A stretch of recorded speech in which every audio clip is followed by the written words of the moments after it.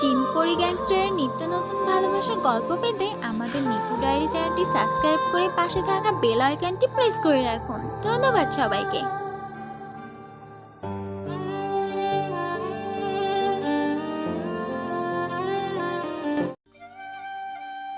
আমি খুব বিশ্রী একটা জায়গায় পড়েছিলাম। জানি না কি হয়েছে আমার সাথে। আমি আগের কিছু মনে করতে পারছি না। আমার মাথা দিয়ে রক্ত বেরোচ্ছে, শরীরের বিভিন্ন অংশ কেটেও গেছে, কিন্তু কিভাবে আমি এত গুরুতরভাবে আহত হয়েছি সেটা আমি বুঝতে পারছি না। আমি চারদিকে একটু তাকিয়ে দেখলাম, মনে হচ্ছে সব জায়গার ময়লা আবর্জনা এখানে ফেলা হয়, কিন্তু আমি বুঝতে পারছি না আমি এরকম একটা জায়গায় কি করছি। আমি আমার মাথায় আরও চাপ দিব তার আগেই আমি বেহুশ হয়ে আবার পড়ে গেলাম। যখন চোখ খুললাম তখন নিজেকে একটা আবদ্ধ রুমের মধ্যে পেলাম। আমার মাথা সহ শরীরের সব ক্ষত একদম ঠিক হয়ে গেছে। আমি একটা বিছানায় শুয়েছিলাম। আমি শোয়া থেকে উঠে বসলাম, নিজের হাত দুটো দুদিকে করে একটু ব্যায়াম করে নিলাম।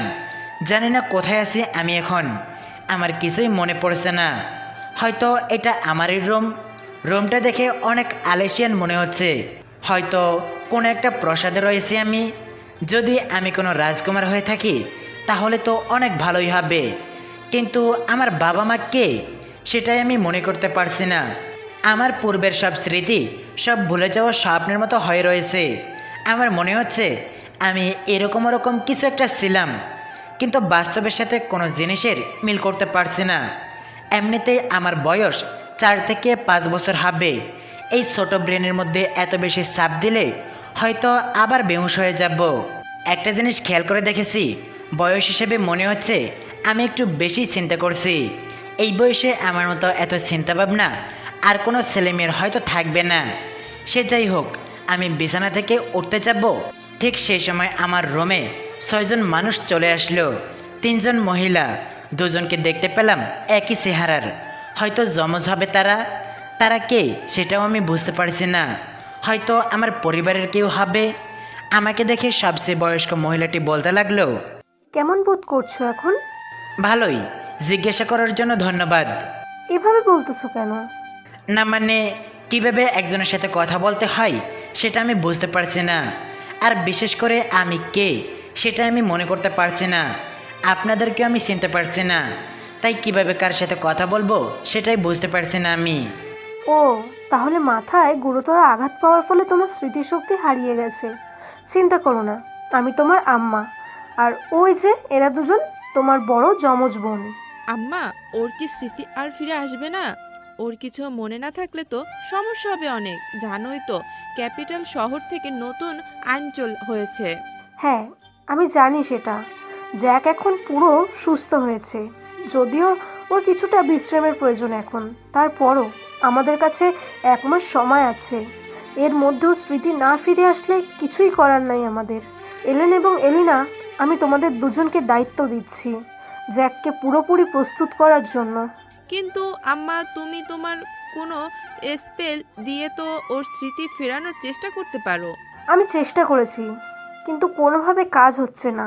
এখন একটাই রাস্তা আমাদের কাছে, জ্যাককে প্রস্তুত করার, এই দুনিয়ার সকল নিয়মকানুন সম্পর্কে ওকে আবার পরিচিত করার। ঠিক আছে আম্মা। তুমি কোনো চিন্তা করো না, তোমার আম্মা অনেক বিজি একজন মানুষ। তোমার বন্ধুজন তোমাকে সব কিছু বুঝিয়ে দেবে। আম্মা এই বলে আমার কপালে একটা সময়কে দিয়ে হঠাৎ কোথাও উধাও হয়ে গেল। আমি অনেকটা অবাক হয়ে গেলাম। এই প্রথম আমি কাউকে আমার সামনে থেকে উধাও হতে দেখলাম এভাবে। কি হলো কিছুই বুঝলাম না। আমার ভয় পাওয়া দেখে আমার 2 বোন আমাকে জড়িয়ে ধরল। এমনিতেই আমার বয়স কম, তাই একটু বেশি ভয় থাকতে পারে। ভয় পাবার দরকার নেই জ্যাক, এটা একটা ম্যাজিক ছিল। ম্যাজিক? হ্যাঁ, ম্যাজিক আবার কি? এই দেখার বাকি ছিল আমাদের। স্মৃতি হারিয়েছে মানে সবকিছুই আবার ভুলে গেছো তুমি? আচ্ছা, কোনো সমস্যা নেই, চলো আমাদের দুজনের সাথে। তুমি যা যা ভুলে গেছো সব 1 মাসের মধ্যে মনে করিয়ে দিব আমরা। কিন্তু আমি এটাই বুঝতে পারছি না, তোমাদের দুজনের মধ্যে কে আমার কোন বোন? আমার নাম এলেন, আমি তোমার বড় বোন। আর ও হচ্ছে এলিন, ও তোমার ছোট বোন। হ্যাঁ, আপাতত ড্রেসের মাধ্যমে চেনা যাবে তোমাদের মধ্যে কে ছোট আর কে বড়। যাই হোক, আমার একটা প্রশ্ন আছে। আমি 1 মাসের মধ্যে কিভাবে সকল কিছু মনে করব? তুমি হয়তো ভুলে গেছো 2 বছর বয়স থেকেই তোমার বই পড়ার নেশা চলে আসে। আর এতদিন আমাদের লাইব্রেরিতে থাকা যত বই ছিল সব শেষ করে ফেলেছো। আমি? হ্যাঁ। ওহ আচ্ছা, আম্মা যেন কি ম্যাজিক না কি যেন জিনিসটার মাধ্যমে উধাও হয়ে গেল। আমি কি সেই জিনিসটা ব্যবহার করতে পারবো? হ্যাঁ অবশ্যই, সময় হলে হয়তো ঠিক ব্যবহার করতে পারবে। 2 বোন আমাকে কোলে করে একটা রুমের মধ্যে নিয়ে আসলো। রুমে এসে আমি পুরো অবাক হয়ে গেছি। আরও বেশি অবাক হয়েছি যখন জানতে পেরেছি আমি 2 বছর বয়স থেকেই বইয়ের প্রতি পাগল ছিলাম। সে যাই হোক, পুরো 1টা মাস আমার 2 বোনের সাথে কাটাতে লাগলাম। এই 1 মাসের মধ্যে আমার আম্মা একবারও দেখা করেনি আমাদের সাথে। আমার বোন দুজনের জানানোর মতে আমার জন্মের পর থেকে আমরা 4 জন একসাথে থাকি। আমাদের বাবা আমার জন্মের 1 মাস আগে মারা গিয়েছিল, আর তখন থেকে আমাদের বাবার দায়িত্ব আমাদের আম্মা নিয়ে নেন। আমাদের বাবা আমরা এখন যে ছোট শহরে আছি এটার মিনিস্টার ছিল। বাবা মারা যাওয়ার পর আম্মা এই শহরের মিনিস্টার হয়ে শহরটা পরিচালনা করেন। এখন তার ছোট অফিসে থেকেই দিনরাত তাকে কাজ করতে হয়। আসলে শহরটা বাকিগুলো শহর থেকে অনেক ছোট এবং গরিব। কোনো রকম বেঁচে থাকার জন্য অনেক সংগ্রাম করতে হয়। আমাদের মতো এই ছোট ছোট হাজার হাজার শহরগুলোকে নিয়ন্ত্রণ করে ক্যাপিটাল শহর, যেখানে আমাদের পুরো রাজ্যের রাজা বসে পরিচালনা করে। আমাদের রাজ্যের নাম ইগড্রোলিয়া। রাজ্যের জেনারেল নতুন একটা মিলিটারি নিয়ম করেছে। ইগড্রোলিয়া রাজ্যের সকল ছোট ছোট শহরের মিনিস্টারের পরিবার থেকে 5 বছরের একজন করে ছেলে কিংবা মেয়েকে মিলিটারিতে ভর্তি করাতে হবে। যদি কোনো ছেলে কিংবা মেয়ে সম্পূর্ণ সৈনিক হয়ে যেতে পারে তাহলে ক্যাপিটাল শহর থেকে সেই সৈনিকের শহর অর্থ পাবে। আর যদি শহরের মিনিস্টারের পরিবারের একজন 5 বছরের ছেলে মেয়ে থাকার পরেও মিলিটারিতে তাকে না পাঠানো হয় তাহলে সেই পুরো শহরে আগুন জ্বালিয়ে সব কিছু পড়িয়ে দেবে রাজার সেনারা। নতুন নিয়মটা আজ থেকে 7 মাস আগে হয়েছে। অবশ্য আমার কিছু দিক দিয়ে সমস্যা। আমার অন্য সবার মতো শারীরিক ক্ষমতা তেমন নেই। আমি প্রথমে ভেবেছিলাম আমার বয়স 5 বছর, কম বয়সী বলে আমার গায়ের ক্ষমতা কম, কিন্তু তা না। আমার বয়সী অন্য ছেলেমেয়েরা যা করতে পারে তার কিছুই আমি করতে পারি না। তাদের শারীরিক ক্ষমতা 80% হলে আমার হবে 30%। আমি কোনো কাজ করতে গেলেই হাঁপিয়ে যাই। মূলত বই পড়ে জ্ঞান ছাড়া আমার আর কিছুই নেই। আমার 2 বোন এলেন এবং এলিন দুজনই ম্যাজিক ব্যবহার করতে পারে 3 বছর থেকে। শুধু তাই নয়, তাদের দুজনের ম্যাজিক একজন উচ্চ লেভেলের সৈনিকের মতোই। আমার আম্মা এবং বাবা কখনোই চাননি আমাদের কাউকে মিলিটারিতে পাঠাতে, কিন্তু পরিস্থিতি এখন সেরকম না। আমাদের এখন না পাঠালে এই ছোট শহরের সব কিছু জ্বালিয়ে দেবে। এমনিতেই অনেক গরিব শহরটা, এটাকে জ্বালিয়ে দিলে আমাদের কারোরই কোথাও যাওয়ার মতো থাকবে না। সে যাই হোক, আমার সবচেয়ে ভালো লেগেছে এই দুনিয়ার ইতিহাসের বইটা। এই বইটা আমি প্রতিদিনই একবার করে পড়েছি। ইতিহাসের এই বইটা পড়লে কীরকম ভালো লাগা কাজ করে। বইয়ের মতে আজ থেকে কয়েক লক্ষ বছর পূর্বে এই দুনিয়া তৈরি হয়। তারপর আস্তে আস্তে দুনিয়ায় জীবনের সংখ্যা বাড়তে থাকে।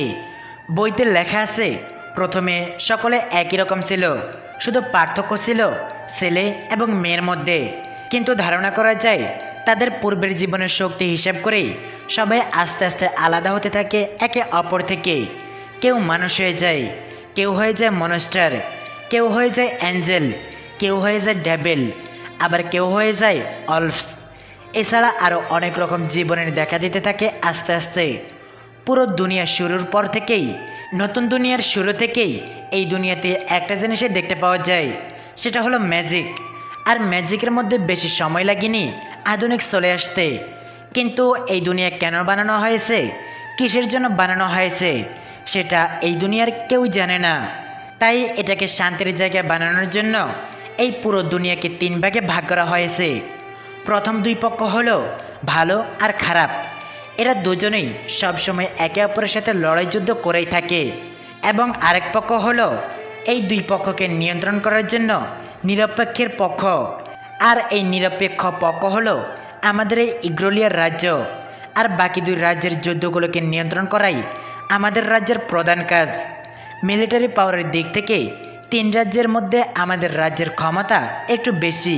তাই বাকি 2 রাজ্য সবসময় ভয় পায় আমি এই দুনিয়ার ম্যাজিক নিয়ে সবচেয়ে বেশি আগ্রহী, কিন্তু সমস্যা হচ্ছে আমার বয়স 5 বছর হয়ে গেছে, আমি এখনও কোনো রকম ম্যাজিক ব্যবহার করতে পারি না। আমরা মানুষ, আমাদের জন্য ম্যাজিক পাওয়া সাধারণত অন্যদের থেকে সবচেয়ে কম হয়। আবার অনেকে এমনও আছে যাদের ম্যাজিক্যাল কোনো ক্ষমতাই থাকে না। আমার 2 বোন ম্যাজিকের দিক দিয়ে অনেক শক্তিশালী। আমাদের শহরে যে কেউ আক্রমণ করলে খুব সহজেই আমাকে রক্ষা করতে পারবে। এজন্য আমার আম্মা বেশি চিন্তা করে না আমাদের জন্য। কিন্তু আসল কথা হলো আমার মধ্যে কোনো ম্যাজিক্যাল ক্ষমতাই নেই। আমি হয়তো ম্যাজিক্যাল অস্ত্র ব্যবহার করতে পারবো মিলিটারিতে, কিন্তু নিজের কোনো ম্যাজিক্যাল ব্যবহার করতে পারবো না। দেখতে গেলে আমার তেমন কোনো ক্ষমতাই নেই। শুধু একটা জিনিসই আমি করতে পারি, সেটা হলো একবার যে জিনিস আমি দেখি কিংবা পড়ি সেটা আমি কখনো ভুলি না। এই লাইব্রেরিতে যতগুলো বই ছিল সেটা আমি 1 মাসেই শেষ করেছি। অবশ্য বইগুলো এত তাড়াতাড়ি শেষ করতে আমার 2 বোন সাহায্য করেছে। দুজনই আমার মতো একই জিনিস একবার পড়লেই সেটা মনে রাখে। সবচেয়ে আশ্চর্যের বিষয় হলো অ্যালেন এবং অ্যালিন যে বইগুলো পড়ছিল সেটা আমারও পড়া হয়ে যাচ্ছিল। এমনিতেই ওদের বেশিরভাগ বই পড়া ছিল। ম্যাজিকের মাধ্যমে ওদের পড়া সকল বইয়ের তথ্যও আমার ব্রেনের মধ্যে দিয়ে দেয়। এভাবে 1 মাসের মধ্যে সমস্ত বই শেষ হয়ে যায়। আর 1 মাস শেষ হয়ে যাওয়ার পর কয়েকটা ম্যাজিক্যাল যানবাহন আসলো। দেখতে অনেকটা আজব, কারণ নিচে ছোট ছোট 8টা চাকা রয়েছে, আর ম্যাজিকের মাধ্যমে এই চাকাগুলো ঘুরছে প্রতিনিয়ত। আমি ম্যাজিক ব্যবহার করতে না পারলেও সেটা দেখতে পারি। ম্যাজিক শরীরের কোথা থেকে বের হচ্ছে, কিভাবে কাজ করছে, এটা খুব সহজে ধরতে পারি। এই জিনিসটা আমি কাউকে বলিনি, কারণ জিনিসটা অনেক আজব। কেউ ম্যাজিক ব্যবহার করতে পারে না, কিন্তু দেখতে পারে। এটা বড়ই আশ্চর্যের ব্যাপার।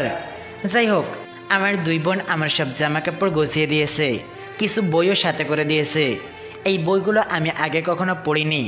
আম্মা বইগুলো পড়তে বলে দিয়েছেন। জানি না বইগুলোর মধ্যে কী আছে, কিন্তু আমি আপাতত উত্তেজিত আমার বাসার সামনে আসা নতুন যানবাহনটা দেখে। এটা সাধারণত মিলিটারিতে ব্যবহার করা হয়। 8 চাকার ম্যাজিক্যাল যানবাহন এটা। এটার আকার অনেক বড় হওয়ায় এটার মধ্যে একসাথে 50 জনের মতো যাতায়াত করা যাবে। আমি আমার বোন এবং আম্মাকে বিদায় জানিয়ে উঠে পড়লাম। বাহনটার সাথে আমার স্পর্শ লাগা মাত্রই সব কিছু থমকে গেল। আমি কিছুক্ষণ নড়তে পারলাম না। প্রথমে ভেবেছিলাম হয়তো এটা সবার সাথে হচ্ছে, কিন্তু আমার থমকে যাওয়া দেখে আমাকে যে অফিসারে নিতে এসেছে সে আমাকে ধাক্কা দিয়ে বলতে লাগলো, বাচ্চা, তুমি তোমার বাসায় যাচ্ছ না যে? তোমাকে ফর্মালিটি জানিয়ে আমরা গাড়িতে তুলবো। মিলিটারি স্কুলে ভর্তি হতে যাচ্ছ সকলে, তাই নিয়ম কানুন না মানলে অবশ্যই কপালে খারাপ আছে। আমি ভয় পেয়ে কোনো রকমের ঢোক গেলে বাহনে উঠে পড়লাম। ভিতরে আমার বয়সী অনেক ছেলেরা আছে। অবশ্য আমি কোনো মানুষ দেখতে পাচ্ছি না। এমনিতে আমার অপরিচিত কারোর সাথে কথা বলতে সমস্যা হয়, যেহেতু আমার মেমোরি 1 মাস আগে সব ভুলে গেছি, তাই সঠিক মনে করতে পারছি না আমি কেমন ছিলাম। কিন্তু আমার 2 বোনের থেকে যতটা শুনেছি তার হিসেবে আমি কারোর সাথেই কথা বলতে পারি না, বিশেষ করে অপরিচিত কারোর সাথে তো একদমই না। যার জন্য আমার 2 বোন ছাড়া আমার আর কোনো বন্ধু নেই। অবশ্য যেদিন আমি ময়লার উপরে পড়েছিলাম সেই দিন আমি একটা বন্ধু বানাবো বলে বাসা থেকে বের হয়েছিলাম, কিন্তু তারপর কি হয়েছে সেটা আমার বোনেরা জানে না। তবে তাদের মতে হয়তো কেউ আমাকে গুরুতরভাবে আহত করে ময়লার উপরে ফেলে রেখেছিল। সে যাই হোক, আমার মনের ভাবনা বাদ দিলাম কিছু সময়ের জন্য। আমার সাথে রয়েছে আরও 49 জন। এরা সবাই আমার মতো মিলিটারিতে ভর্তি হবে। অবশ্য সঠিক বললে মিলিটারি স্কুলে ভর্তি হবে। স্কুল থেকে ট্রেনিং শেষ করে যারা পাশ করবে তারা মিলিটারিতে ভর্তি হতে পারবে। আর এখানে শুধু আমি একা মিনিস্টারের ছেলে নই, বরং আমার মতো আরও 2000 মিনিস্টারের ছেলেরা আসবে। আমি কখনো ধারণা করিনি আমাদের রাজ্যে এতগুলো শহর থাকবে। অনেক শহর থেকে 2-3 জন করেও নেওয়া হয়েছে, কারণ কিছু কিছু শহর আছে যেখানে মিনিস্টারের পরিবারের 5 বছরের মতো কেউ নেই। সে যাই হোক, আমি সকলের চোখে ভয় পার দেখতে পেলাম। তার প্রধান কারণ আমি এখানে একা মানুষ। তাদের মধ্যে বেশিরভাগই বিস্টম্যান। এরা দেখতে অনেকটা ভাল্লুকের মতো, তবে এরা মানুষের মতো চলাচল করতে পারে। এরা মনস্টারদের শাখায় পড়ে। তাদের শরীরে ভাল্লুকের মতো অনেক লোম থাকে। এছাড়া তাদের হাতের নখগুলো অনেক মারাত্মক হয়, বিশেষ করে তাদের চোখগুলো সেই মারাত্মক। এরা সাধারণত শারীরিক দিক দিয়ে অনেক শক্তিশালী হয়। এদের ম্যাজিক সাধারণত এদের শরীরকে রক্ষা করতে কাজে লাগে। আর এরা আক্রমণ নিজের শারীরিক শক্তি দিয়েই করে। শুধু শারীরিক কোনো লড়াই হলে মানুষের সাথে সাথে হেরে যাবে এদের সাথে। যেহেতু এরা ম্যাজিক দিয়ে কোনো আক্রমণ করতে পারে না, তাই এরা শক্তিশালী ম্যাজিক ব্যবহারকারী মানুষদের সাথে খুব সহজেই হেরে যায়। এই জন্য কোনো বিস্টম্যান মানুষদেরকে সহ্য করতে পারে না। তবে এদের মধ্যে কিছু ব্যতিক্রম আছে। এখানে শুধু বিস্টম্যান নয়, বরং কিছু ডয়পাসও আছে। এরা আকারে ভেঁটে হয়, এরা কোনো লড়াইতে যেতে যায় না। এদের শারীরিক শক্তি অনেক থাকার পরেও এদের ম্যাজিক পাওয়ার শুধু অস্ত্র বানানোর জন্য কাজে দেয় বলে ডয়পাসরা তাদের সারা জীবন অস্ত্র বানাতে কাটিয়ে দেয়। অবশ্য অনেকে সাধারণ জীবনও কাটায়। এখানে কিছু অলফসও আছে। অলফসদের আকার সাধারণই, কিন্তু এরা মানুষদের থেকে অনেক পরশা হয়। এদের মধ্যে সবার গায়ের রঙে উজ্জ্বল সাদা হয়। এদের শারীরিক ক্ষমতা মানুষদের থেকে বেশি, বিশেষ করে লাফানোর দিক দিয়ে এরা অনেক দ্রুত। এদের ধরতে পারা অনেক কষ্টকর। এদের ম্যাজিক পাওয়ার মানুষদের মতো হলেও এদের ম্যাজিক এনার্জি বেশি। এর ফলে এরা মানুষের থেকে বেশিক্ষণ ম্যাজিক ব্যবহার করতে পারে। তাছাড়াও আমি কিছু ভাইকিংস দেখতে পেলাম। এরা দেখতে মানুষদের মতো হলেও এদের শরীরের আকার একটু আলাদা। এদের বুক অনেক চওড়া হয়ে থাকে। এদের শারীরিক ক্ষমতা সবচেয়ে বেশি, ম্যাজিক্যাল পাওয়ার মানুষদের থেকে অনেক কম এদের। তবে এরা ডয়ারপাসদের অস্ত্র ব্যবহার করে অনেক মারাত্মক হয়ে যেতে পারে। আর এখানে সবার মাঝে বসে আছি আমি একজন মানুষরা শারীরিক দিক দিয়ে অনেক দুর্বল হয়, কিন্তু অনেক কঠিন ট্রেনিংয়ের পর তারা অনেকটা শক্তিশালী হয়ে ওঠে। এবং তাছাড়া ম্যাজিকের দিক দিয়ে মানুষরা অনেক দুর্বল, কিন্তু ট্রেনিংয়ের ফলে শক্তিশালী হয়ে ওঠে। সব মিলিয়ে মানুষদের অনেক বেশি চেষ্টা এবং ট্রেনিং করতে হয় শক্তিশালী হয়ে ওঠার জন্য। কারণ এটা এমন একটা জায়গা যেখানে শক্তি না থাকলে কেউ দাম দেয় না। আমি মানুষ হলেও আমার কথা আলাদা। আমি কারোর সাথে কথা বলতে পারি না। কথা বলতে গেলেই আমার দুপা কাঁপতে থাকে। এবং আমি এই ম্যাজিকের দুনিয়ায় কোনো রকম ম্যাজিক ব্যবহার করতে পারি না। কিন্তু আজব একটা জিনিস হলো, আমি ম্যাজিক দেখতে পারি। একটা জিনিসই আমি বুঝি না, যদি ম্যাজিক ব্যবহার করতে নাই পারি তাহলে সেটা দেখে কী লাভ হবে আমার? এটা অনেকটা কাটাকাই নুনের সেটা দেওয়ার মতো। অবশ্য এখন আমি অন্য শাখার প্রাণীদের সাথে মিলে মিলিটারিতে যাচ্ছি। সেখানে তারা আমাদের অনেক ট্রেনিং দিবে। আমি খুব নার্ভাস ফিল করছি। দেখা যাক কি হয় সামনে। আজ পুরো 5টা বছর হয়ে গেছে। 5 বছর আগে সেই যানবাহনে করে আমি আমার বাসা থেকে এসেছি। এখন পর্যন্ত আমি আমার বাসায় যেতে পারিনি। অবশ্য এখানে সকলের পরিবার দেখতে আসে, কিন্তু 5টা বছর হয়ে গেল আজ পর্যন্ত আমার আম্মা কিংবা আমার 2 বোনের একজনও আমাকে দেখতে আসেনি। এখন আমার তাদের জন্য চিন্তা হচ্ছে, তাদের সাথে যদি খারাপ কিছু হয়ে যায় তাহলে আমি একা এই দুনিয়াতে কি করব? কালকে সকালে আমাদের মিলিটারি স্কুলের ট্রেনিং শেষ হবে। 2000 ছেলেমেয়ের মধ্যে থেকে মোট 500 জনকেই এখানে রাখা হবে, আর বাকি সবাই বাসায় চলে যাবে। এদের জন্য একটা সুযোগ থাকবে। তাদের বয়স 16 হলে তারা বর্ডারের গার্ডের পদে যোগ দিতে পারবে। আর কালকে যে 500 জনকে সিলেক্ট করা হবে তারা সাধারণ সৈনিক থেকে উচ্চ পদে থাকবে। এরা এদের কাজ হিসেবে আস্তে আস্তে জেনারেল পর্যন্ত পদোন্নতি করতে পারবে। এছাড়া রাজার পরিবারের রয়্যাল গার্ড হিসেবে যোগ দিতে পারবে। অবশ্য আমি আমার হাল ছেড়ে দিয়েছি। আমাকে কালকে সব কিছু গুছিয়ে বাসায় চলে যেতে হবে। এই 5 বছর আমি কিছুই শিখতে পারিনি। কোনো ট্রেনিংয়ে আমি পাশ করতে পারিনি।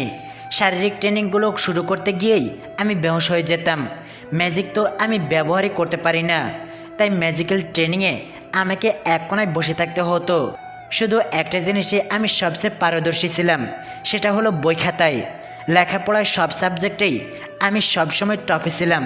কিন্তু আমি নিজেই জানি আমি এখানে সৈনিক হওয়ার জন্য এসেছি। আমার মাঝে শারীরিক ম্যাজিক্যাল কোনো ক্ষমতাই নাই। আমি শুধু একটা জিনিসে পারি, সেটা হলো আমার মাথা কাজে লাগাতে। কিন্তু সৈনিক হতে সেটার প্রয়োজন পড়ে না। আমাদের যারা ট্রেন করেছে তারা সকলে আমাকে বাসায় চলে যাওয়ার কথা বলেছিল, কিন্তু আমি আমার আম্মা এবং বোনদের কথা ভেবে এতদিন এখানে ছিলাম। এই আশায় ছিলাম যে একদিন আমি ঠিকই শক্তিশালী হব, একদিন আমি ঠিকই ম্যাজিক্যাল ব্যবহার করতে পারবো। কিন্তু ভিতরে ভিতরে আমি ঠিকই বুঝেছিলাম আমাকে এখান থেকে ঠিকই চলে যেতে হবে। ঘুমিয়ে পড়লাম। সকালে উঠে আমার ব্যাগটা গুছিয়ে নিলাম। 5টা বছরে আমি এখানে একটা বন্ধুও বানাতে পারিনি। অবশ্য আমার কথা না বলার কারণে সেটা। মানুষ বাদে কেউ আমার সাথে বন্ধুত্ব করেনি, কারণ আমি একদম দুর্বল। সবাই আমার মজা নিয়েছে, আমাকে দিয়ে সকল কাজ করিয়ে নিয়েছে। আর আমার মতো মানুষরা তো আমার প্রতি রাগে অত্যাচার করেছে। তাদের কথা হলো আমি মানুষ নামে কলঙ্ক, আমি মানুষদের নাম খারাপ করছি এখানে থেকে। এসব কথা ভাবতে ভাবতে আমি অনেকটা ডিপ্রেশনে চলে গেলাম। জানি না কি করবো আমি, কিছু করারও নাই আমার। সামনে যা হবে দেখা যাবে। কালকে আমাকে বাসায় চলে যেতে হবে। 5 বছর পর আমার আম্মা এবং বোনদের দেখব আমি। তাদের অনেক মিস করেছি এতদিন। এখান থেকে কাল সকালে চলে গেলেই আর কোনো নিয়ম মানতে হবে না আমাকে। আমি ঘুমিয়ে গেলাম টেবিলের ওপরেই। কালকে সকালে তাড়াতাড়ি উঠতে হবে আমাকে। সকালে সবাই প্রস্তুত হয়ে আমাদের নিজেদের ইউনিটে চলে গেলাম আমরা। পুরো 2000 ছেলে মেয়েকে 5টা ইউনিটে ভাগ করে এক এক ইউনিটে 400 জন করে দিয়েছেন। আবার এক একটা ইউনিটকে 400 করে সাব ইউনিট করে এক একটা সাব ইউনিটে 100 করে নিয়ে ট্রেন করেছে আমাদের। অবশ্য আমাদের ট্রেনিং এখনও শেষ হয়নি। 5টা ইউনিট থেকে 500 জনকে সিলেক্ট করে তাদের আবার 6 বছর স্পেশাল ট্রেনিং দেবে। এরপর তারা পুরোপুরি মিলিটারি হয়ে যাবে। এদের মধ্যে থেকে টপ 20 জন নিজেদের পছন্দ মতো যে কোনো একটা পদে নিয়োগের জন্য আবেদন করতে পারবে। মোট কথা সেই 20 জন নিজেদের মন মতো যে কোনো পদে ঢুকতে পারবে। তবে সেখানে সীমিত কয়েকটা পদ রয়েছে, তার মধ্যে তাদের সিলেক্ট করতে হবে। সে যাই হোক, একটু পরে আমাদের 400 জনের ইউনিট থেকে 100 জনকে সিলেক্ট করা হবে এবং আমি সহ বাকি 300 জন চলে যাব বাসায়। আর বাকি 100 জন এখানে থেকে যাবে। আমরা সবাই 100 জন করে মোট 4টা লাইন করে দাঁড়িয়েছি। এইবার এক এক করে আমাদের ট্রেনার অফিসার হাতুরমশ 100 জনের নাম নিতে লাগলো। এক এক করে মোট 100 জনের নাম বলার পর তিনি বলতে লাগলেন, এবার যাদের নাম বলা হয়নি তাদের উদ্দেশ্য বলছি। তোমরা একদম ভালো করেছো। অবশ্যই আমাদের উদ্দেশ্য ছিল তোমরা যারা পাস করতে পারোনি তাদের এখানে মেরে ফেলা, কিন্তু পরে প্ল্যান চেঞ্জ করতে হয়েছে। সবাইকে 3 ঘন্টার সময় দেওয়া হবে। এর মধ্যে এই মিলিটারি জোন ক্লিয়ার করে চলে যাবে। যদি এই সময়ের মধ্যে তোমাদের কারো চেহারা দেখতে পাওয়া যায় তাহলে এই দুনিয়াকে বিদায় জানাতে হবে। অফিসারের কথা শুনে তারা হইচই লাগিয়ে দিল। যারা সিলেক্ট হয়নি তারা ছুটাছুটি করতে লাগলো। আমি কিছুক্ষণের জন্য ভুলে গেছি আমার নিজের নামও। 100 জনের মধ্যে সিলেক্ট হয়নি আমি, তার মানে আমি এখানে থাকলে আমাকেও মেরে ফেলবে। আমাকে এখান থেকে তাড়াতাড়ি বের হতে হবে। কিন্তু আমার মনে পড়ল আমাদেরকে এমন একটা জায়গায় এনে রাখা হয়েছে যেখান থেকে কেউ হেঁটে 2 দিনের আগে মিলিটারি জোন থেকে বের হতে পারবে না। চারিদিকে শুধু বন আর বন, আর মিলিটারি জোন কয়েক মাইল বন এলাকার মধ্যে নিয়ে। আমরা সবচেয়ে মাঝখানে আছি। আমরা শেষমেশে এটা কখনো আশা করিনি। সাথে সাথে আবারও মাইকে শব্দ শোনা গেল। সব ছেলেমেয়েরা থেমে গেল। অফিসার হাতারু মশের কথা ইগনোর করো সবাই, তিনি আসলে মজা করছিলেন। আমি এই মিলিটারি স্কুলের প্রিন্সিপাল। মজা না করে সোজা পয়েন্টে আসা যাক। 500 জন সবগুলো ইউনিট থেকে সিলেক্ট করা হয়েছে। আমি তাদের সবাইকে টেলিপোর্ট করে নিয়ে যাচ্ছি আমার সাথে। আর বাকি তোমরা যারা সবাই আছো তারা এখানে থাকতে পারো কিংবা চলে যেতে পারো। তবে একটা কথা বলে রাখি, ঠিক 1 ঘন্টা পরে এখানে আসল মিলিটারি সেনা থেকে 200 সৈনিক আসবে এবং মিলিটারি জোনের ভেতরে তারা যাদের পাবে তাদেরকে মেরে ফেলবে। তবে তোমাদের মধ্যে যদি একজন মিলিটারি জোনের বাইরে বের হতে পারো তাহলে ভেতরে যারা থাকবে তাদেরকে আর কিছু করা হবে না। তাদের জীবন বাঁচিয়ে এখান থেকে বের হতে পারবে। তো সময় নষ্ট না করে পালানোর জন্য রেডি হয়ে যাও সবাই। আগে নিজের জীবন, পরে সব কিছু। পরিবারকে আবার দেখতে চাইলে সম্পূর্ণ চেষ্টা করো। আমি আর নড়তেই পারছি না। সবাই দৌড়াতে দৌড়াতে আমাকে কখন মাটিতে ফেলে দিয়েছে আমি সেটা বুঝতে পারিনি। আমার সব কিছু থেমে গেছে। হয়তো এইটা আমার শেষ সময়। যারা এইমাত্র পাশ করেছে তারা টেলিপোর্ট হয়ে চলে গেছে, আর বাকি সকলে দৌড়াচ্ছে নিজের জীবন বাঁচাতে। কেউ কেউ এটাকে মজা মনে করে এড়িয়ে চলেছে, কিন্তু বেশিরভাগই জীবনের চিন্তায় দৌড়াচ্ছে। আমি অনেকটা আহত হয়েছি সবার পায়ের নিচে পড়ে। কোনো রকমে উঠে দাঁড়ালাম আমি। আমাকে প্রথমে আমার রুমের মধ্যে যেতে হবে। আমি বুঝতে পারছি না কেন আমাদের মারতে চাইছে এরা, কিন্তু যদি সত্যি আমাদের মারতে চায় তাহলে আমি কখনো এখান থেকে বেঁচে ফিরতে পারবো না। আমার ম্যাজিক্যাল কোনো ক্ষমতা নেই, কোনো ম্যাজিক ব্যবহার করতে পারি না আমি। তাছাড়া শারীরিকভাবে অনেক দুর্বল। ভয়ের কারণে মাথাও কাজ করছে না। কি করব কিছুই বুঝতে পারছি না। সবাই এলোমেলো চারিদিকে দৌড়িয়ে গেছে জোনের বাইরে যাওয়ার জন্য। এই জন্য আমাদের থাকার হোস্টেল একদম ফাঁকা। আমি দেওয়ালে বর করে হেঁটে হেঁটে আমার রুমের মধ্যে প্রবেশ করলাম। আমার ব্যাগটা আমার কাঁধে নিলাম। যেভাবেই হোক আমাকে এখান থেকে বেঁচে বাসায় ফিরতে হবে। আমি এখানে মরতে পারি না এভাবে। আমাকে এই দুনিয়ার সমস্ত রহস্য বের করতে হবে, আর সেটার জন্য দুনিয়াতে সমস্ত বই পড়তে হবে আমাকে। এখানে মরলে আমার চলবে না।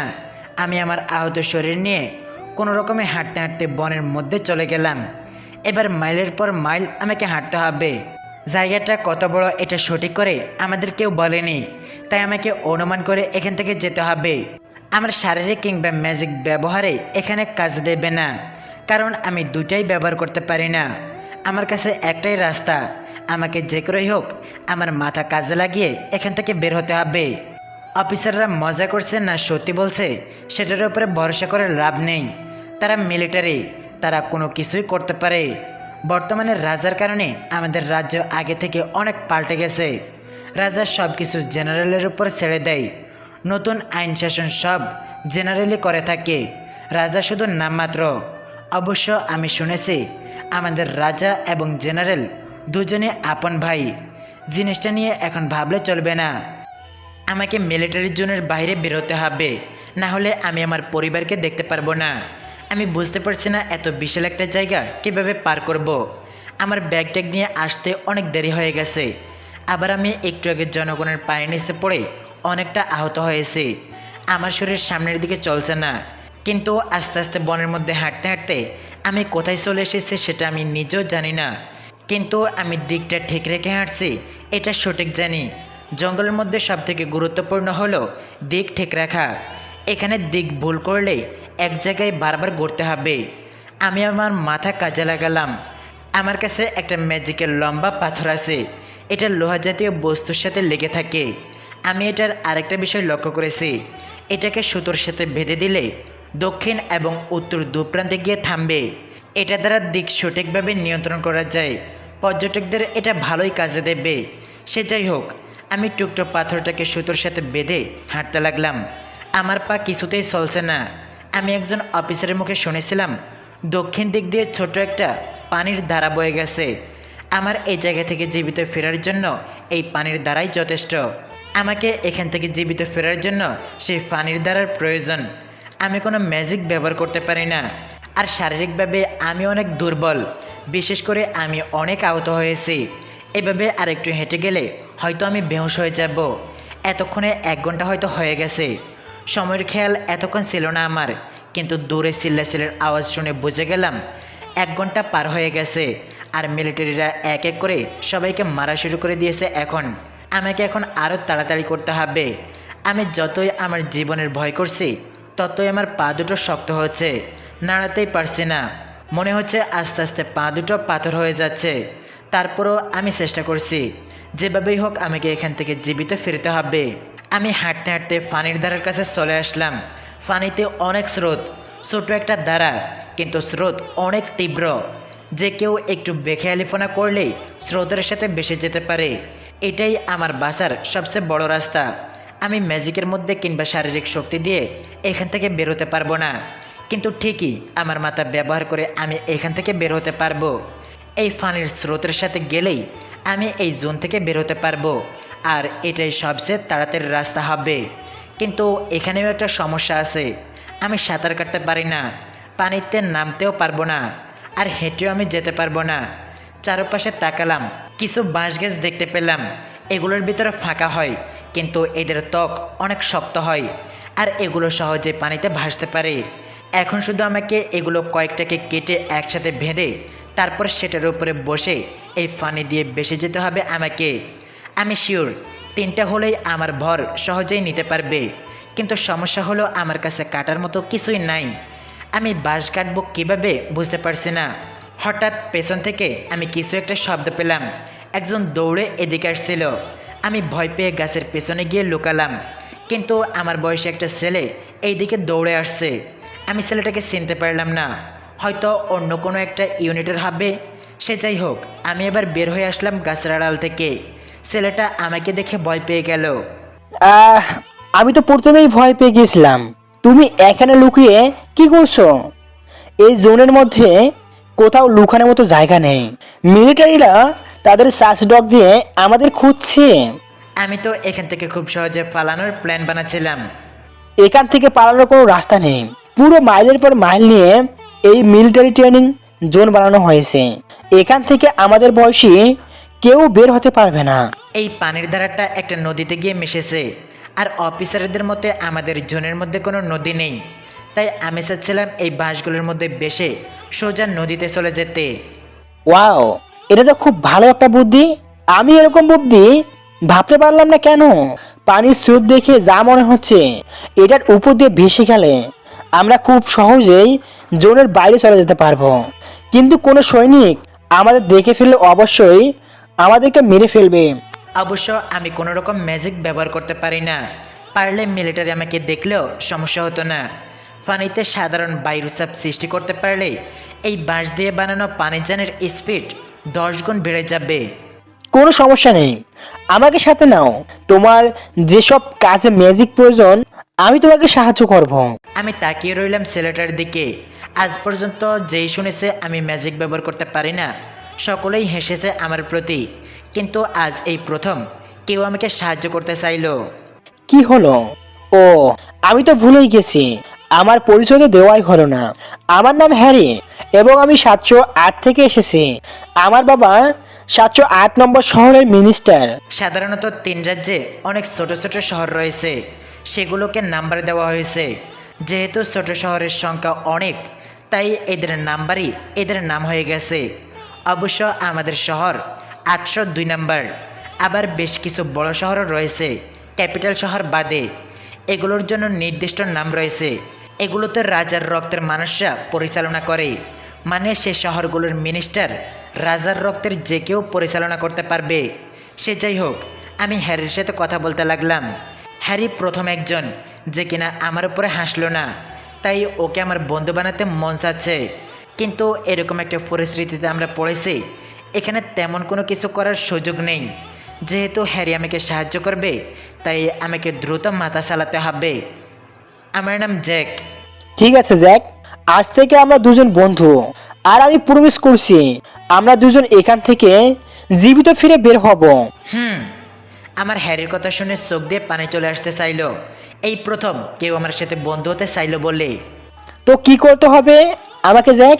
আমাদের প্রথমে এই বাঁশগুলোকে কাটতে হবে। মোট 8টা টুকরো লাগবে আমাদের। এরপর সেগুলোকে পাশাপাশি রেখে বাঁধতে হবে। ওকে কাটার, কাজটা একদম সহজ। হ্যারি ওর ইয়ার ম্যাজিক ব্যবহার করলো, একটা স্পেল যেটার নাম হলো ইয়ার ব্লেড। এটা দিয়ে যে কোনো জিনিস কাটা সম্ভব। এটার মাধ্যমে পুরো 8টা বাঁশের টুকরো করলো মাঝামাঝি সাইজের। তারপর সেগুলোকে পাশাপাশি রেখে বাঁধতে চেষ্টা করলো। আমি সেরকম কিছু পারছি না, কিন্তু হ্যারি সব কাজ নিমেষেই করে দিচ্ছে। আমি কিছু পারছি না, সেটার জন্য হ্যারি রাগও করছে না, বরং হাসি মুখে আমাকে দেখিয়ে দিচ্ছে কীভাবে করতে হয় সেটা। আমরা বাঁশগুলো একসাথে বাঁধার পর সেটাকে পানিতে নামালাম। প্রথমে দুজনে দেখে নিলাম আমাদের ভর নিতে পারবে কি না। এরপর আমরা দুজনে সেটার উপরে উঠে বসলাম। স্রোত আমাদেরকে অনেক স্পিডে নিয়ে যাচ্ছে, কিন্তু এই স্পিড আমাদের এখান থেকে বের হওয়ার জন্য যথেষ্ট নয়। দুইজন সৈনিক আমাদেরকে দেখে ফেলল, আর তারা আমাদের উপরে আক্রমণ করতে লাগলো। একজনের হাতে ম্যাজিক্যাল ধনুক আর তীর, আরেকজনের হাতে একটা লাঠি। লাঠিওয়ালা লোকটা লাঠি দিয়ে আগুনের গোল গোল বল বানিয়ে আমাদের দিকে মারতে লাগলো, আর ধনুকওয়ালা লোকটা আগুনের তীর আমাদের দিকে মারতে লাগলো। অবশ্য আগুনের বলটা আমাদের স্পর্শ করতে পারেনি হ্যারির জন্য। হ্যারি ওর হাত পানিতে দিয়ে এয়ার প্রেশার সৃষ্টি করতে লাগলো, যার পরে আমরা আরও স্পিডে যেতে লাগলাম। কিন্তু ধনুকওয়ালা লোকটার আঘাতের হাত থেকে আমরা রক্ষা পেলাম না। দুটো তীর আমার দিকে আসতেছিল, কিন্তু আমাকে ধাক্কা দিয়ে বাঁশের উপরে ফেলে দিয়ে হ্যারি আমার সামনে চলে আসে। একটা তীর ঠিক আমার হাতের তালুসহ বাঁশের মধ্যে গেঁথে যায়, আর একটা হ্যারির বুকের মধ্যে। আমি হ্যারির দিকে খেয়াল করলাম না। আমার হাতের যন্ত্রণা এবং রক্ত দেখে আমি আতঙ্কিত হয়ে গেলাম, জোরে চিল্লাতে লাগলাম। হ্যারি কোনো রকমে আমার হাতের কাছে এসে আমার হাতের তালুতে ঘাঁটা তীরটা টেনে বের করে দিল। এরপর আমার উপরে পড়ে গেল। আমি কি করব বুঝতে পারছি না, কি থেকে কি হয়ে গেল। আমার লাইফে এই প্রথম আমাকে কেউ বন্ধু বানালো, আর সেই বন্ধু আমাকে বাঁচাতে গিয়ে নিজেই মরে যাচ্ছে। আমি কিছুতে এটা মানতে পারছি না। কি করব কিছুই মাথায় আসছে না।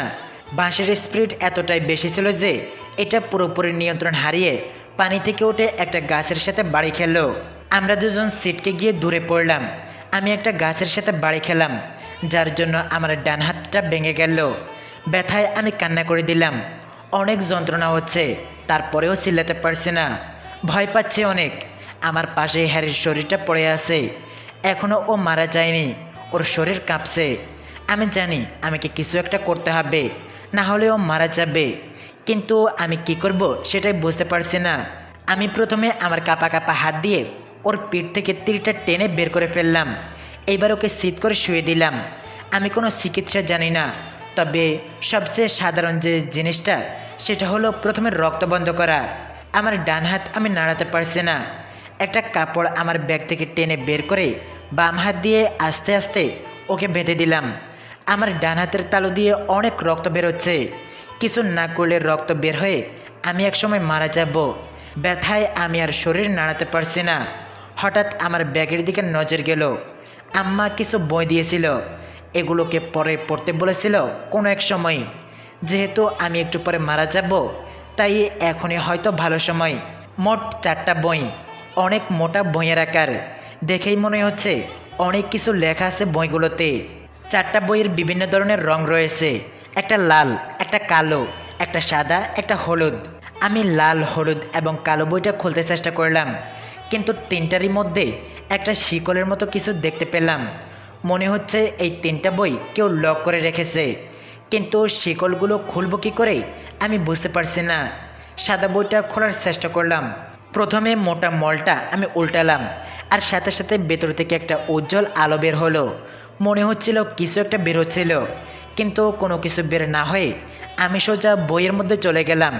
আমার হাত পা সব কিছু বইয়ের মধ্যে এক এক করে চলে যেতে লাগলো। ভিতরে প্রবেশ করার পর আমি একটা খোলা আকাশ দেখতে পেলাম, আর দূরে কাউকে বসে থাকতে দেখলাম। যেহেতু আমার অবস্থা একদম গুরুতর, তাই আমি সাথে সাথেই পড়ে গেলাম মাটিতে। আর দূর থেকে একজন উড়ে আমার দিকে আসতে লাগলো। আমি একটা ছেলেকে দেখলাম, যার পিঠে 12টা সাদা ডানা রয়েছে। সবই ঠিক আছে, শুধু তার চেহারাটা দেখতে পেলাম না। মুখের জায়গাটা এতটা উজ্জ্বল আর সাদা আলো ছিল যে চেহারা দেখতে পাচ্ছিলাম না। ছেলেটা আমাকে বলতে লাগলো, তাহলে তুমি আমাকে এই বন্ধ কারাগার থেকে মুক্তি করতে এসেছো। আমি এখানে কত সময় ধরে বন্ধ হয়ে আছি সেটা আমি নিজেও জানি না, কিন্তু আমার সময় শেষ হয়ে এসেছে সেটা আমি বুঝতে পারছি। কে আপনি? আমি কে? হ্যাঁ, সেটা অনেক গুরুত্বপূর্ণ একটা প্রশ্ন। আমি কে সেটা আমি নিজেও ভুলে গেছি। আমি যখন প্রথম চোখ খুলি তখন থেকে আমি এখানে বন্ধ। আমার এখানে থাকা ছাড়া শুধু একটা জিনিসই মাথায় আসে, একদিন একজন আমাকে এই জায়গা থেকে মুক্ত করতে আসবে, আর সেদিন আমি তার একটা ইচ্ছা পূরণ করে এখান থেকে চিরদিনের জন্য বিদায়ী হয়ে যাব। ও, আপনাকে দেখে মনে হচ্ছে আপনি একজন অ্যাঞ্জেল, কিন্তু 2টো ডানার বেশি কোনো অ্যাঞ্জেলের হয় আমি সেটা কোনো দিন শুনিনি। আর আপনার তো মোট 12টা ডানা। এটা ঠিক, আমি বলতে পারছি না। আমি আর সময় নষ্ট করতে চাই না। তোমার ইচ্ছাটা কি সেটা আমাকে জানাও। আমি আমার এই মুক্ত জীবন থেকে বিদায় নিতে চাই। ছেলেটা যেভাবে আমাকে একটা ইচ্ছের কথা বলছে, তাতে আমার পরে একটা কাল্পনিক কাহিনীর কথা মনে পড়ে গেল। এক ব্যক্তি একটা সোনার লকেট পেয়েছে গুহার মধ্যে, এবং সেটা ঘষা দেওয়ার পর ভেতর থেকে একটা অন্যরকম মনস্টার বের হয়। মনস্টারটা লোকটাকে 3টি ইচ্ছের কথা বলে, যে 3টা সে পূরণ করে দেবে। এখন আমার সাথেও মনে হচ্ছে এরকম হচ্ছে। আমি নড়তে পারছি না, আমি ম্যাজিক ব্যবহার করতে পারি না, শারীরিকভাবেও কিছু করতে পারি না। আমার জন্য আমার বানানো একমাত্র বন্ধু একটু পরেই মারা যাবে। সব কিছু হচ্ছে আমি দুর্বল বলে। আজ আমি শক্তিশালী হলে আমার অনেক বন্ধু থাকতো, আর আমি আজকে সিলেক্ট হওয়া 500 জনের মধ্যে একজন হতাম। আপনি মজা করছেন কিনা আমি জানি না, আমি এবং আমার এক বন্ধু কিছুক্ষণ পর মারা যাব। মিলিটারিরা আমাদের 1500 জনকে খুঁজে খুঁজে হত্যা করছে। আমি এভাবে মরে যেতে চাই না। আমি কোনো ম্যাজিক ব্যবহার করতে পারি না। শারীরিক দিক দিয়েও আমি একদম দুর্বল। আমি পাওয়ার চাই, যাতে আমি আমার পাওয়ার দিয়ে সবাইকে রক্ষা করতে পারি। ঠিক আছে, আজ এখন থেকে আমার সমস্ত ক্ষমতা তোমার হয়ে যাবে। অবশ্য আমার ক্ষমতা পুরোপুরি শিখতে অনেক সময় লাগবে, কিন্তু একদম প্রয়োজনে এমনিতেই ব্যবহার করতে পারবে। আমি ধন্যবাদ জানাচ্ছি আমাকে এই জেলখানা থেকে মুক্ত করার জন্য। আশা করি আমার পাওয়ারগুলো ভালো কাজের ব্যবহার করবে। ছেলেটা হঠাৎ উধাও হতে লাগলো। ওর শরীর আলোতে পরিণত হয়ে গেল, এবং সেই আলোগুলো আমার শরীরের ভেতরে চলে আসতে লাগলো, এবং আমার শরীর অনেক হালকা মনে হচ্ছিল। আমি আমার ডান হাতের তালুর ক্ষতর দিকে তাকালাম। সেটা এমনি এমনি ঠিক হতে শুরু করলো। আমি ডান হাত নাড়াতে চেষ্টা করলাম। হাতটা নাড়াতে কোনো সমস্যা হচ্ছে না, মাথায় কোনো কাজ করছে না, কি হচ্ছে? কিন্তু হঠাৎ নিজেকে অনেক শক্তিশালী মনে হলো। মনে হচ্ছে আমি নিজেও এখন ম্যাজিক ব্যবহার করতে পারবো। হয়তো ছেলেটার মতো আমারও ঢানা হবে, আমিও আকাশ দিয়ে উঠতে পারবো। সে যাই হোক, আস্তে আস্তে আমি বইয়ের ভেতর থেকে বের হতে লাগলাম।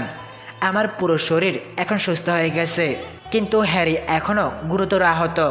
আমার হাতের সাদা বইটা আস্তে আস্তে উধাও হয়ে গেল। আমি ব্যাগে বাকি 3টা বই রেখে দিলাম, পরে একটা নিয়ে রিচার্জ করা যাবে। আপাতত আমাকে হ্যারিকে নিয়ে এখান থেকে বেরোতে হবে। এখানে বেশিক্ষণ থাকলে হয়তো ও বাঁচবে না। এমনিতেই হ্যারি বেহুশ হয়ে পড়ে আছে নিচে। আমি ব্যাগটা কাঁধে নিলাম। এবার হ্যারির হাতে আমার হাত দিলাম ওকে কাঁধে নেওয়ার জন্য। আমি প্রথমে ভেবেছিলাম হয়তো পারবো না, কিন্তু অ্যাঞ্জেল ছেলেটার কথা সত্যি, আমি এখন শক্তিশালী হয়ে গেছি। আমি হ্যারিকে কাঁধে তুলে নিলাম। আমার মনে হচ্ছে না আমি কাউকে কাঁধে নিয়েছি, বরং নিজের শরীর আরও হালকা মনে হচ্ছে।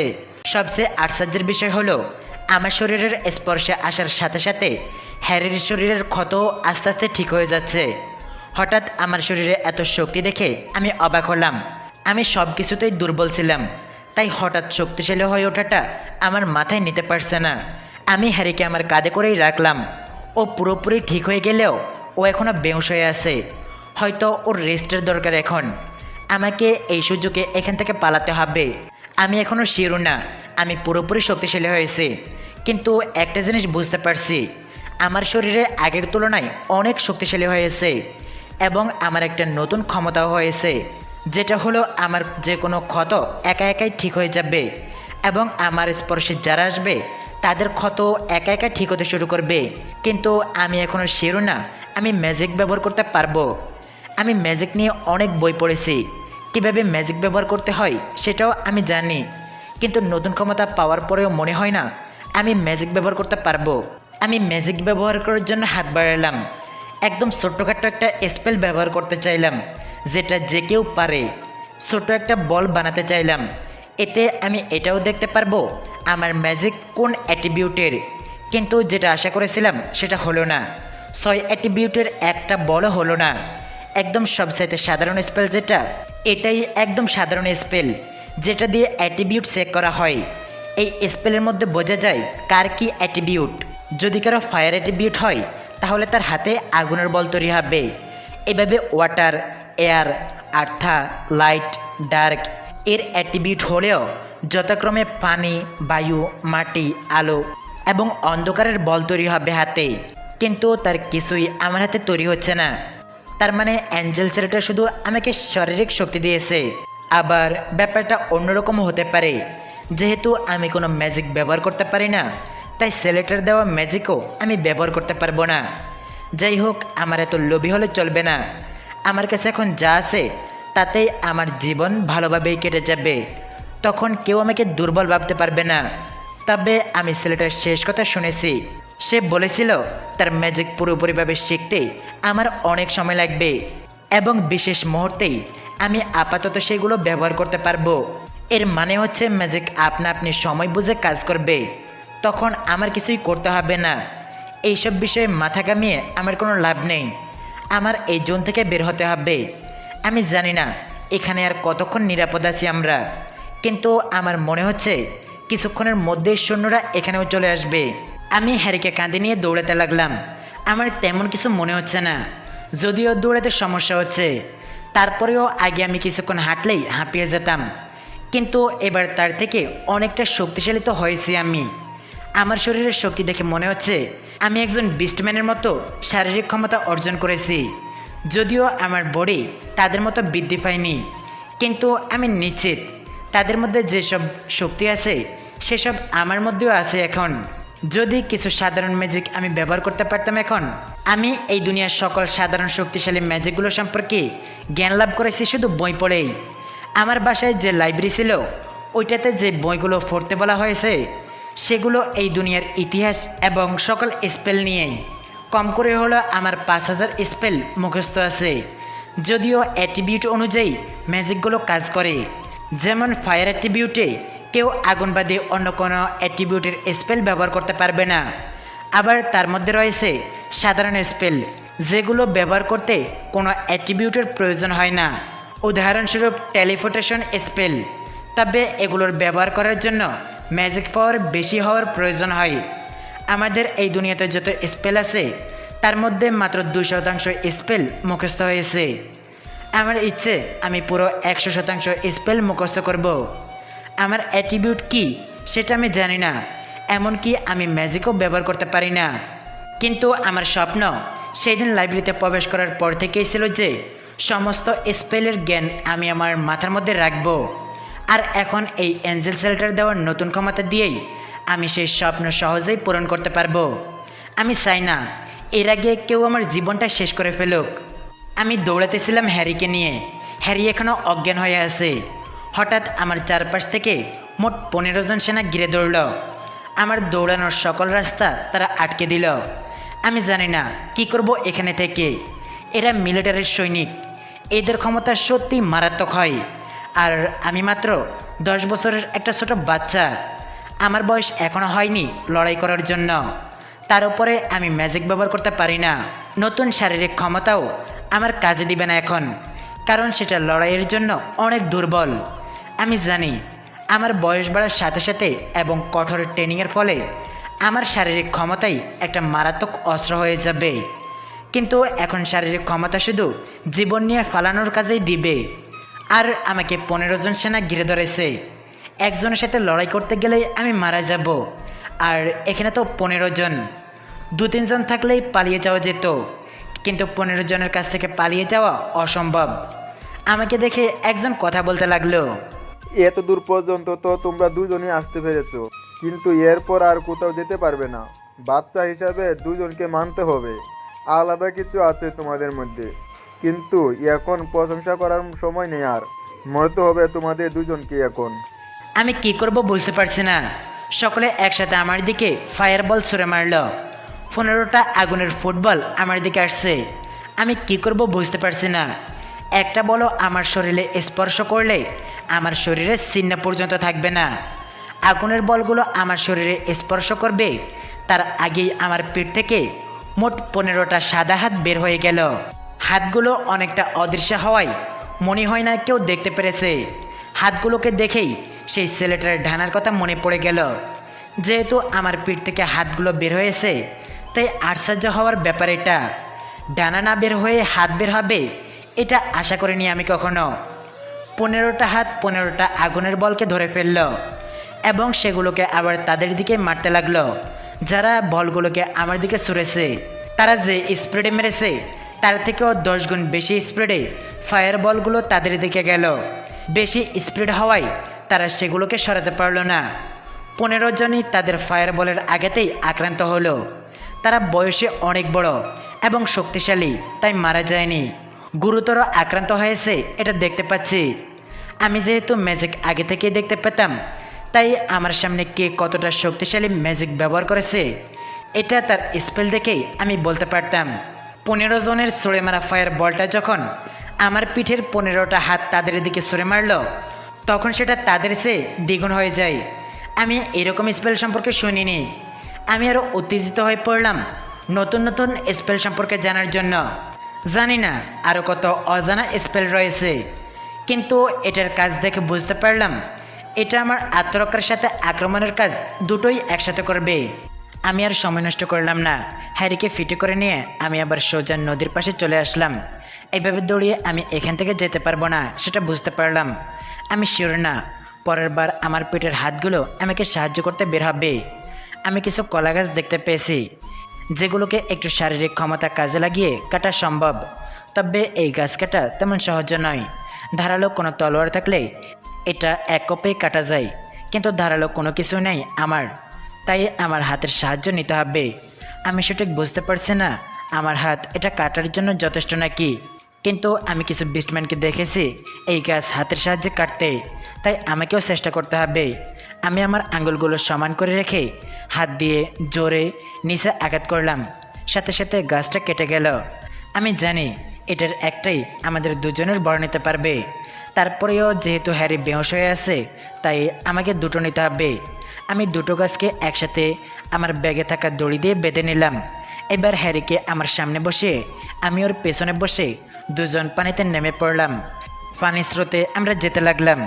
যেহেতু সেই সৈনিকের মুখে শুনেছি তারা এতদূর আমাদের আশা করেনি, তাই আমার মনে হচ্ছে এর থেকে দূরে তারা কেউ আসবে না। আর এটাই আমাদের সবচেয়ে সুবর্ণ সুযোগ হবে এই জায়গা থেকে বের হওয়ার জন্য। আমরা স্রোতে ভাসতে ভাসতে অনেকক্ষণ পর বিশাল একটা নদীতে এসে পড়লাম। নদীর স্রোত অনেক ভয়াবহ। হয়তো এটা কোনো বড় সাগরের দিকে যাচ্ছে, আমাদের এর থেকে বেশি দূরে যাওয়া ঠিক হবে না। তাই আমি আমার হাত এবং পা ব্যবহার করে কিনারায় আসার চেষ্টা করলাম। এমনিতেই এই স্রোতের বিরুদ্ধে আমি কখনোই কিনারায় যেতে পারতাম না, কিন্তু এখন আমার শারীরিক ক্ষমতা অনেক বৃদ্ধি পাওয়ায় কোনো সমস্যা হলো না। কিনারায় পৌঁছানোর পর আমি হ্যারিকে নামিয়ে শুয়ে দিলাম। আমিও ব্যাগটা পাশে রেখে শুয়ে পড়লাম। শরীরটা এখন ক্লান্ত হচ্ছে, অনেক ভারী মনে হচ্ছে আমার শরীর। চোখ বন্ধ হয়ে আসছে। আমি সাথে সাথে ঘুমিয়ে পড়লাম। জানি না কখন ঘুম থেকে উঠেছি, কিন্তু ঘুম থেকে ওঠার পর নিজেকে একটা বন্ধ রুমে আবিষ্কার করলাম। নতুন একটা রুম হলেও রুমটা দেখে আমি বুঝতে পারলাম এটা একটা মিলিটারি কোয়ার্টার রুম।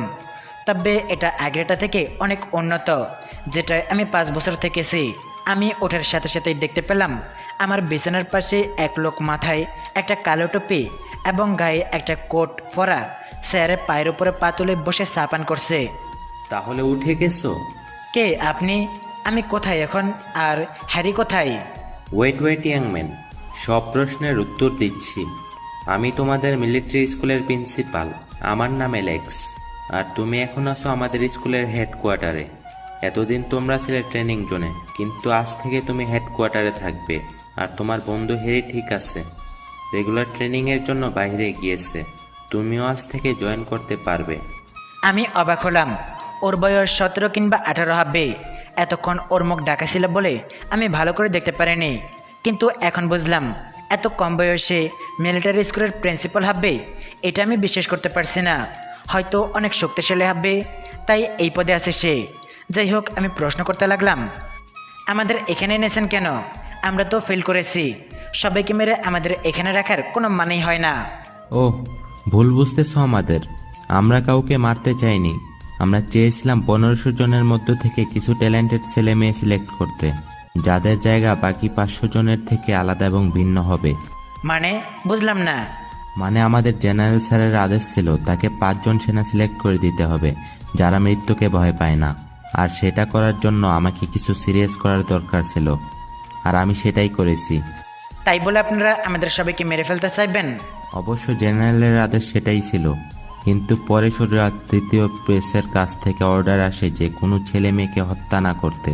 তারপর ব্যাপারটা সিরিয়াস করার জন্য আমাদের সেনা সকল ছেলে মেয়েদের পায়ে আক্রমণ করে যাতে বেশি ক্ষত না হয়, আর আক্রমণ করার পর তাদের বেহুশ করে তাদের ক্ষত ঠিক করে দেই। কিন্তু 15 জনের মধ্য থেকে আমরা তেমন কাউকে পাইনি।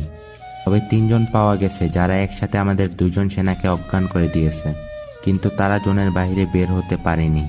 তবে আরও 2 জন পাওয়া গেছে যারা একসাথে 15 জন সেনাকে বেহুশ করে দিয়েছে এবং একই সাথে জোনের বাইরে বেরিয়ে গেছে। জিনিসটা শোনার পর আমি অনেকটা অবাকই হয়েছিলাম প্রথমে।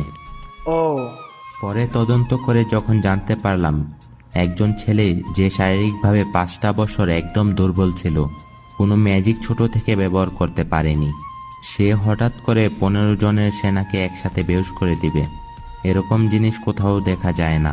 আমি প্রিন্সিপালের কথা শুনে চমকে গেলাম। আমার মনে হচ্ছে প্রিন্সিপাল বুঝতে পেরেছে আমি কিছু থেকে আমার ক্ষমতা পেয়েছি। হঠাৎ করে এত শক্তিশালী হয়ে যাওয়ায় মনে হচ্ছে হয়তো তোমার ক্ষমতাগুলো আগে থেকে লক করা ছিল, কিংবা তুমি নাটক করছিলে দুর্বল হওয়ার। দুইটার যেটাই হোক, এখন আমার কোনো কিছুই যায় আসে না। জেনারেল অনেক যত্ন করে তোমাদের 5 জনকে ট্রেন করতে বলেছে। রাজ্যের সবচেয়ে বড় অস্ত্র বানাবে তোমাদের। তাই আমি বলবো আগের সব কাহিনী ভুলে যাও এখন থেকে। প্রিন্সিপাল আমার কপালে হাত দিয়ে একটা স্পেল পড়লো। আমি বুঝতে পারলাম না কিসের স্পেল, কিন্তু স্পেলটা আমার সমস্ত মেমোরি মুছে দিল। আমার অতীতের সমস্ত কিছু আমি ভুলে গেলাম। আমার মনে থাকার মধ্যে শুধু আমার আম্মা এবং 2 বোনের চেহারা মনে আছে, আর আমার পড়া সকল বইয়ের তথ্য। এছাড়া আমার কিছুই মনে পড়ছে না। কালকে কিংবা এর আগে আমি কি করেছি সব ভুলে গেছি। বড় আশ্চর্যের ব্যাপার স্যার, আমি কিছু মনে করতে পারছি না। তুমি 2 দিন আগে মাথায় অনেক গুরুতর আহত পেয়েছিলে, যার জন্য তোমার কিছু স্মৃতি নষ্ট হয়ে গেছে। ও, কিন্তু আমি এখানে কি করছি সেটাও মনে করতে পারছি না। তুমি এখানে শক্তিশালী হতে এসেছো, ব্ল্যাক আর্মি জয়েন হওয়ার জন্য এসেছো। Black army? হ্যাঁ, এটা রাজ্যের সবচেয়ে শক্তিশালী সেনা হবে। আর ছোট থেকে তোমার ইচ্ছা ছিল একজন মিলিটারি সৈনিক হওয়ার, আর এখন তোমার স্বপ্ন পূরণ হচ্ছে। সাধারণ মিলিটারি সৈনিক নয়, বরং তার থেকেও শক্তিশালী পদে থাকবে তুমি। আমি প্রিন্সিপালের কথা বুঝতে পারছি না। সব ভুললেও আমার পরিচিত কিংবা আমার জানা ব্যক্তির চেহারা কিংবা নাম আমি ভুলিনি। শুধু আমার সাথে ঘটে যাওয়া সকল ঘটনাগুলো আমি ভুলে গেছি। যাই হোক, ভুললেও আমি বুঝতে পারছি আমার স্বপ্ন সত্যি হচ্ছে। আমি মিলিটারি সৈনিকের থেকেও শক্তিশালী পদে যোগ দিতে পারবো। মনে পড়ছে না এটা আমার স্বপ্ন ছিল কিনা, তবে মনে হচ্ছে এটাই ছিল। যে করেই হোক আমাকে আমার স্বপ্ন পূরণ করতেই হবে। তো জ্যাক, তোমার শরীর কি পুরোপুরি সুস্থ হয়েছে? আমি শুনেছিলাম তুমি অনেক গুরুতর আহত হয়েছিলে। আমি ঠিক আছি প্রিন্সিপাল স্যার, তবে জিজ্ঞেস করার জন্য ধন্যবাদ। আমাকে অ্যালেক্সার বলতে পারো এখন থেকে, যেহেতু আমি তোমাদের 5 জনকে এখন থেকে ট্রেন করব। ওকে ঠিক আছে অ্যালেক্স স্যার। ওকে, তাহলে উঠে পড়ো, আমরা ফিল্ড ট্রিপে যাচ্ছি এখনই। Field trip? হ্যাঁ, এটা অনেকটা আসল কাজ করার মতো। ফিল্ড ট্রিপের মধ্য দিয়ে নিজেদের কাজ সম্পর্কে খুব সহজে জানতে পারবে এবং অনেক অভিজ্ঞতাও অর্জন করতে পারবে। ও স্যার, কোথায় যাচ্ছি ট্রিপে? তোমরা 5 জনই খুব গিফটেড, তাই যেখানেই নিয়ে যাব আমি শিওর তোমরা সেটা ঠিকই হ্যান্ডেল করতে পারবে। আমি আমাদের যাওয়ার ব্যবস্থা করছি, আর তুমি গিয়ে তোমার বাকি টিম মেম্বারদের সাথে সাক্ষাৎ করো গিয়ে। Okay sir. আমি স্যালুট দিলাম এবং তারপর বের হয়ে গেলাম রুম থেকে। আমার সামনে অ্যালেক্সার টেলিপোর্ট হয়ে গেল। টেলিপোর্ট ম্যাজিকটা অনেক কাজের, বিশেষ করে যারা সময় বাঁচাতে চায় তাদের জন্য এটা একটা আদর্শ স্পেল। স্পেলটা শিখতে পারলে আমার অনেক কাজে দেবে। একটা জিনিস আমার মাথায় আসছে না, শুধু আমি আগের দিনগুলোর কথা কিছু মনে করতে পারছি না। আমি হেঁটে হেঁটে বেরোচ্ছি এবং মনে করার চেষ্টা করতে লাগলাম। শত চেষ্টা করে শুধু এতটুকু মনে করতে পারলাম যে আমার ব্যাগে 3টা বই ছিল। আর কিছু মনে করতে পারছি না। আমি কীরকম ছিলাম এটাও মনে করতে পারছি না। কিন্তু অ্যালেক্সারের কথা শুনে বুঝতে পারলাম আমি আমার সমস্ত ক্ষমতাকে গোপন রাখতেই পছন্দ করেছি এতদিন। নিজের ক্ষমতাগুলোকে গোপন রাখতে চেয়েছি, জানি না, কিন্তু আমার এরকমই মনে হচ্ছে যে আমার কোনো ক্ষমতাই ছিল না। কিন্তু হঠাৎ করে কারো কাছ থেকে ক্ষমতা পাওয়ায় আমার মেমোরি মুছে গেছে আগের। সে যাই হোক, আগের সমস্ত স্মৃতি আমি ভুলে যাইনি, এজন্য আমি খুশি আছি। আমার এই পর্যন্ত পড়া সকল বইয়ের জ্ঞান আমার মাথায় আছে। আর তাছাড়া আমার পরিচিত জানা ব্যক্তিদেরকেও আমি ভুলিনি, শুধু ভুলে গেছি আমার সাথে এই পর্যন্ত যা হয়েছে। আমি ভাবতে ভাবতে মাঠের মধ্যে চলে এসেছি। আমি যে রুমে ছিলাম সেটার ভেতর থেকে বের হয়ে মাঠটা পরিষ্কারভাবে দেখতে পেলাম।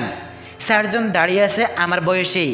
তাদের মধ্যে শুধু আমি হ্যারিকেই চিনি, তাছাড়া আর কাউকেই চিনি না আমি। বাকি 3 জন মনে হয় অন্য ইউনিটের হবে, না হলে আমার ইউনিটের হলে আমি একবার হলেও চেহারা দেখতাম। যাই হোক, হ্যারি কথা বলা শুরু করে দিল।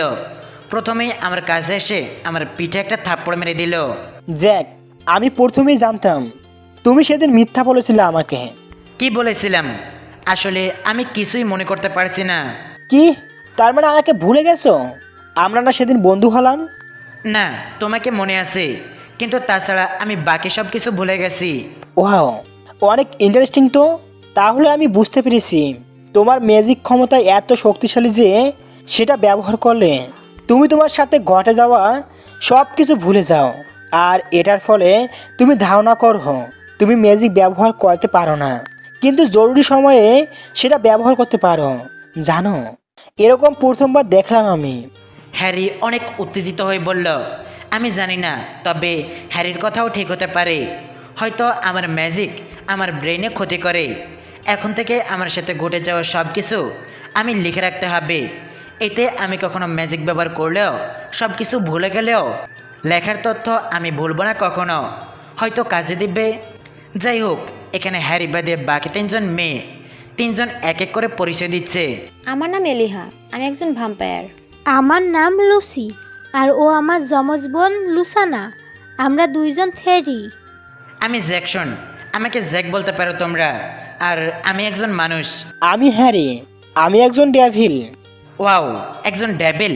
এটা সচরাচর দেখা যায় না। আমি তোমাকে দেখে এতক্ষণ মনে করেছিলাম তুমিও আমার মতো মানুষ হবে।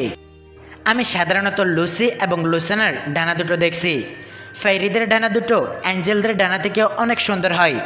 আমি একটা কাল্পনিক বইতে পড়েছি, একটা সময় ছিল যখন 11টা দুনিয়া ছিল, আর সেই 11টা দুনিয়ার মধ্যে ফেরিল্যান্ড নামের একটা দুনিয়া ছিল যারা মানুষদের অনেক পছন্দ করত।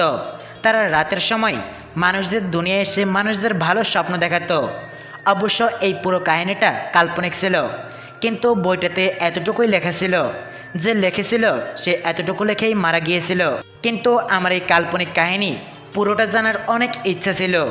ফেরিদের ডানা দেখতে অনেকটা প্রজাপতির ডানাদের মতো হয়, একদম সচ্চর হয় ওদের ডানা দুটো, আর অনেক রঙেরও হয় সেগুলো। আমি যে কাল্পনিক গল্পে পড়েছিলাম সেখানে ফেরিদের আকার অনেক ছোট হয়, কিন্তু তারা যদি কোনো মানুষের ভালোবাসা পেয়ে যায় তাহলে মানুষদের আকার ধারণ করতে পারত। যেহেতু আমাদের দুনিয়া এরকম না, তাই বলা যায় সেই কাহিনীগুলো একদম কাল্পনিক ছিল। কাল্পনিক থাকার পরেও আমি কাহিনীগুলোর ওপর অনেক টান লক্ষ্য করতে পারি। যাই হোক, আমরা গল্প করছিলাম, এমন সময় অ্যালেক্স স্যার চলে আসলো আমাদের কাছে। তার সাথে আর একটা ছেলে রয়েছে, বয়সের দিক দিয়ে আমাদের সমানই হবে, কিন্তু একজন অফিসারের ইউনিফর্ম পরে আছে সে। সৈনিকরা সবুজ সবুজ এক ধরনের ইউনিফর্ম পরে, আর অফিসাররা সাদা ইউনিফর্ম পরে। আমরা এখনও ট্রেনিংয়ে, 5 বছর আমাদের হলুদ ইউনিফর্ম পরতে হয়েছিল, কিন্তু অ্যালেক্স স্যারের সাথে যে ছেলে অফিসার আছে তার হাতে কয়েকটা কালো ইউনিফর্ম দেখতে পেলাম। তোমাদের 5 জনের টিমের নাম হবে ব্ল্যাক আর্মি। শুরুটা তোমাদের 5 জনকে দিয়েই হবে। এরপর তোমরা নিজেরাই তোমাদের ইচ্ছা মতো লোক রিক্রুট করতে পারবে। যেহেতু তোমাদের টিমের নাম হবে ব্ল্যাক আর্মি, তাই তোমাদের জন্য আমি কালো ইউনিফর্ম সিলেক্ট করেছি। আমরা সবাই একসাথে বললাম, ইয়েস স্যার। এই হলো অফিসার কোহিল।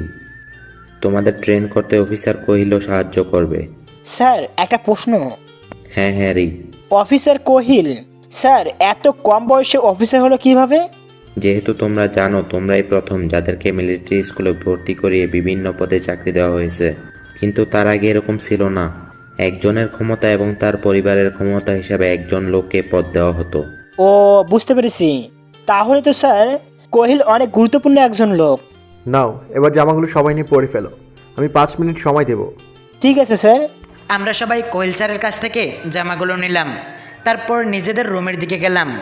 লুসানা, লুসি এবং এলিহা 3 জনই এক রুমে থাকবে এবং আমি আর হ্যারি এক রুমে। আমি অবশ্য খুশি হয়েছি, কারণ আমার মেমোরির মধ্যে হ্যারি ছাড়া আর কোনো বন্ধু খুঁজে পাচ্ছি না। হয়তো এখন আমার আরও 3 জন বন্ধু হয়ে যাবে।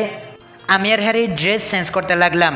আমাদের রুমের টেবিলের ওপরে 2টা বই আছে, এখানে মিলিটারির সকল রুলস আছে। ভাবলাম রাতে এসে পড়া যাবে, কিন্তু আবার কি মনে করে হাতে নিয়ে নিলাম আমারটা। বের হওয়ার সময় আমার ব্যাগ চেক করে নিলাম, ব্যাগের মধ্যে 3টা বই ঠিকই আছে। আমার সব কিছু ঘটে যাওয়ার মধ্যে শুধু এতটুকু মনে আছে আমার কাছে 3টা বই ছিল। জানি না এই বই 3টা কেসের, কোথা থেকে এসেছে, কিন্তু অনেক গুরুত্বপূর্ণ কিছু হবে। আমরা সবাই আবার ফেরত আসলাম মাঠের মধ্যে। এখানে কোহিল আর অ্যালেক্সার দাঁড়িয়ে আছেন।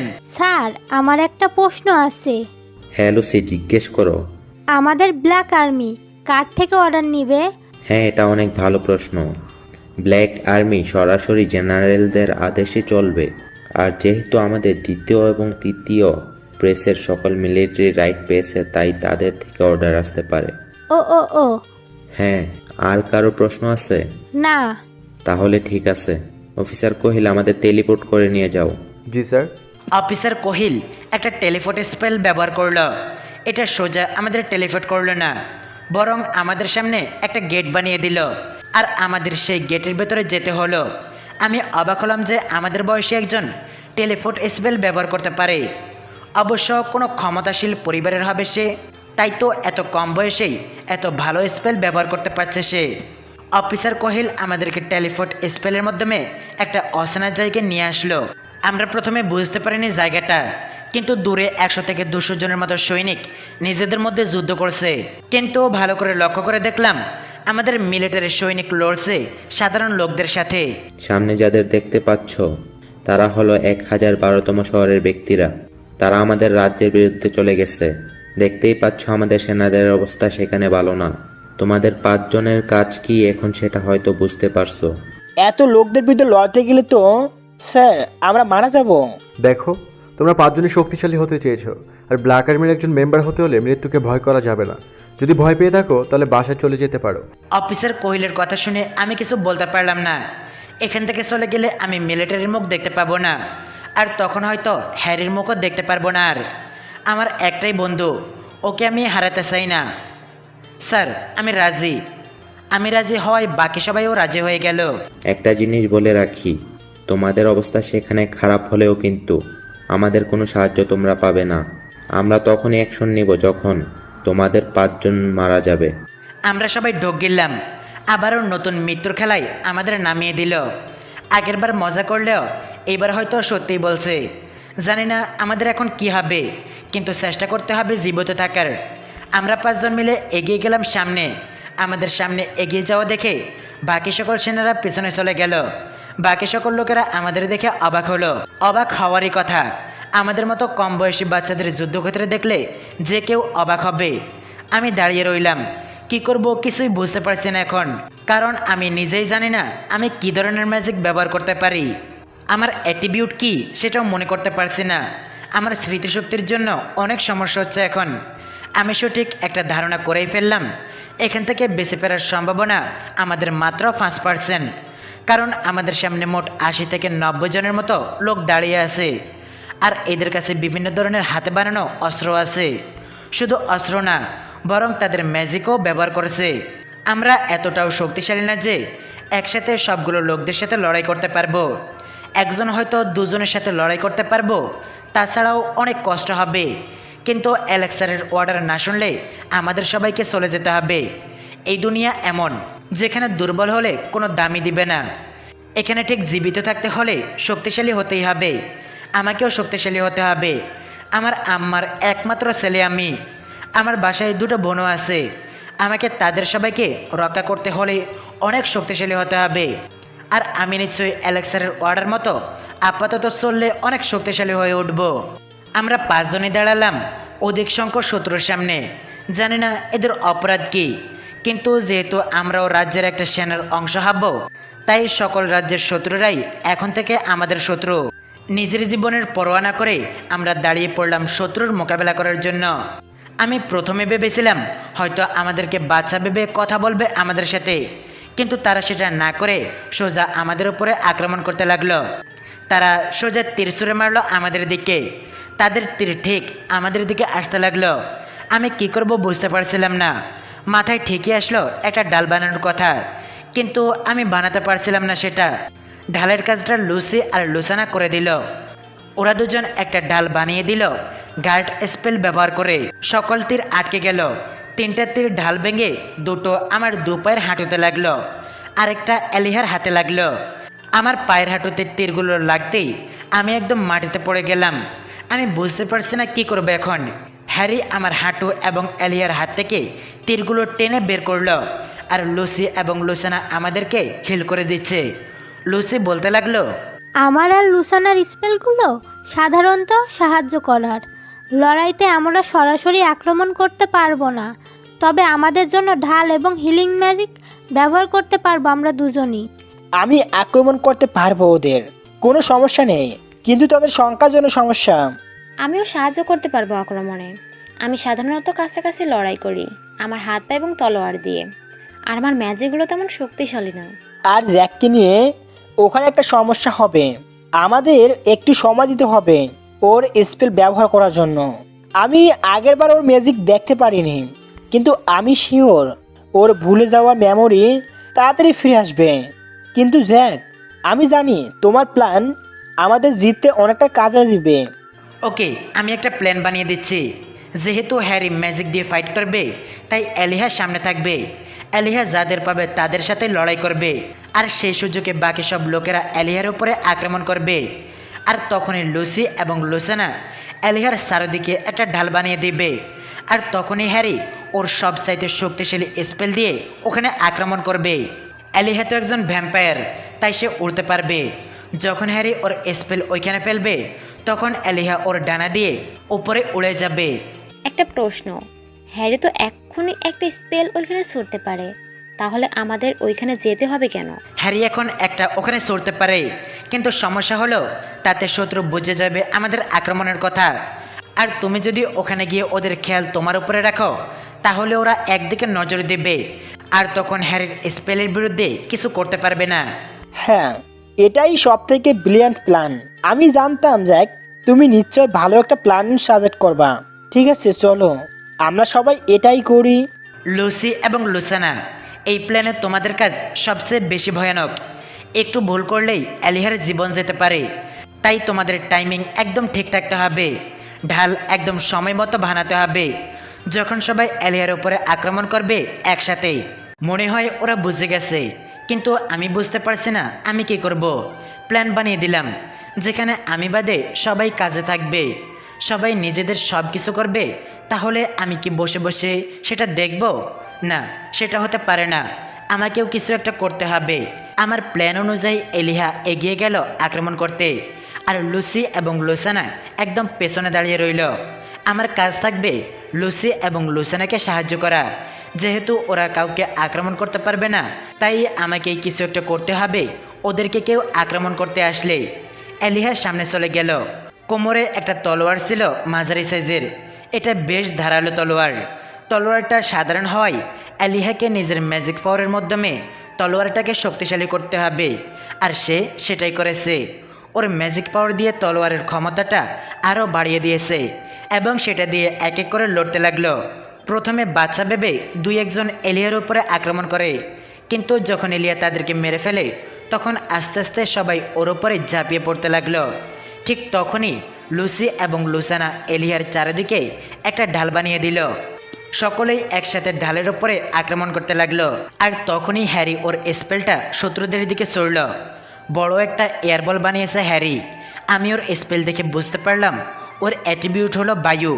বাতাস দিয়ে বিভিন্ন স্পেল ব্যবহার করতে পারবে হ্যারি, কারণ এটা কোথাও ফেললে ঘূর্ণিঝড়ের মতো কাজ করবে। হ্যারি ওর এয়ারবলটা সরে ফেলল, আর সেটা শত্রুদের আঘাত করার আগেই এলিহা ওর দুটো ডানা বের করে উড়ে আমাদের কাছে চলে আসলো। আর সে সময় হ্যারির এয়ারবলটা শত্রুদের আঘাত করলো। এয়ারবল স্পেলে হ্যারির অনেকটা ম্যাজিক পাওয়ার শেষ হয়ে গেছে। এখনও হাঁপাচ্ছে, মনে হচ্ছে না আরেকটা ব্যবহার করতে পারবে, কিন্তু এটা অনেক কাজে দিয়েছে। যেহেতু তারা সকলেই হ্যারির স্পেলে আগে থেকেই দেখতে পায়নি, তাই তারা সেখানে প্রতিহত করতে পারেনি। সেখানে ভয়ঙ্কর একটা ঘূর্ণিঝড় দেখা দিয়েছে, এবং যার ফলে তাদের নিজেদের হাতে বানানো তলোয়ার দিয়েই বেশিরভাগ গুরুতর আহত হয়েছে, অনেকে নিহত হয়েছে। এরপরও 40-50 জনের মতো দাঁড়িয়ে আছে, সবাই কম বেশি আহত হয়েছে। হ্যারির স্পেলটা মারাত্মক ছিল, আমি ভাবতে পারিনি এটা এত কাজে দিবে। আসল কথা বলতে গেলে ডেভিলদের ম্যাজিক পাওয়ার অনেক বেশি থাকে। তারা যে কোনো স্পেল পুরো ক্ষমতায় ব্যবহার করতে পারে, তবে বেশি ট্রেনিং না থাকলে একটা স্পেলে শরীরের সকল পাওয়ার শুষে নিতে পারে। তার জন্য ডেভিলদের অনেক ট্রেনিংয়ের প্রয়োজন হয়। বাকি শত্রুরা আমাদের চারিদিকে ঘিরে ধরল। এখন যেহেতু চারিদিক দিয়ে আমাদের ঘিরে ধরেছে, তাই আমরা কি করব বুঝতে পারছি না। আমরা 5 জন পিঠের সাথে পিঠ মিশিয়ে দাঁড়িয়ে রইলাম। কি করব জ্যাক এখন? কি করব সেটাই বুঝতে পারছি না। আমাদের প্ল্যানটা ভালোই কাজে দিয়েছে, কিন্তু হ্যারি যদি আরও একটা ইয়ার বল ব্যবহার করতে পারতো তাহলে নিশ্চয়ই আমরা জিততে পারতাম। আমি চেষ্টা করে দেখতে পারি। এখন সেটা কাজে দিবে না কোনো অংশেই। যেহেতু আমাদের চারিদিকে শত্রু ঘিরে ধরেছে, তাই এখন তোমাদের স্পেল কোনো কাজে দেবে না, বরং তোমাদের ক্ষতি হবে আরও। তাহলে কি করব? যদি আমরা আরেকটু শক্তিশালী হতাম তাহলে হয়তো বেঁচে ফিরতে পারতাম। এটা সম্পূর্ণ অ্যালেক্স স্যারের প্ল্যান। তিনি আমাদের টেস্ট করছেন। আমি জানি আমাদেরকে সম্পূর্ণ মেরে ফেলবেন না। আমাদের তেমন আশা থাকা যাবে না, কারণ আমরা সকলেই এখানে শক্তিশালী হতে এসেছি। হ্যাঁ, যা হবে শেষ পর্যন্ত দেখব। আমাদের সম্পূর্ণ চেষ্টা করব আমরা এখানে। আমরা 5 জনই দাঁড়িয়ে আছি 5 দিকে মুখ করে। প্রত্যেক দিকেই আমাদের নজর রাখতে হবে। সবাই এখানে সাহসী হতে হবে, না হলে মৃত্যু সবারই হবে। আমি কি করব মাথায় আসছে না, কিভাবে ম্যাজিক ব্যবহার করব সেটা বুঝতে পারছি না। মাথায় স্পেলের কথা আসছে, কিন্তু আমি কোনো ম্যাজিক ব্যবহার করতে পারছি না। হঠাৎ শত্রুপক্ষের আক্রমণ আমাদের উপরে পড়ল। তারা সকলেই তীর ব্যবহার করছে। আমাদের দিকে এক একজন 4-5টা তীর একসাথে ছুড়ছে, আর সেগুলো আগুনের মতো হয়ে আমাদের দিকে আসছে। লুসি এবং লুসানা আবারও আমাদের জন্য ঢাল তৈরি করল, কিন্তু এবারের তীরের সংখ্যা আগের থেকে দ্বিগুণ হওয়ায় ঢাল খুব সহজেই ভেঙে গেল এবং বেশ কিছু তীর আমাদের 5 জনের শরীরে লাগলো। বিশেষ করে লুসি এবং লুসানার শরীরে বেশি লাগলো। তারপরেও তারা দুজনে আমাদের হিল করার চেষ্টা করতে লাগলো। তাদের দুজনের শরীরে মোট 12টা তীর লেগেছে। এমনিতেই এত কম বয়সে এতগুলো তীর শরীরে লাগায় ওদের শরীর দিয়ে অনেক রক্ত বেরোচ্ছে, যার ফলে ওদের শরীরে একদম দুর্বল হয়ে গেছে।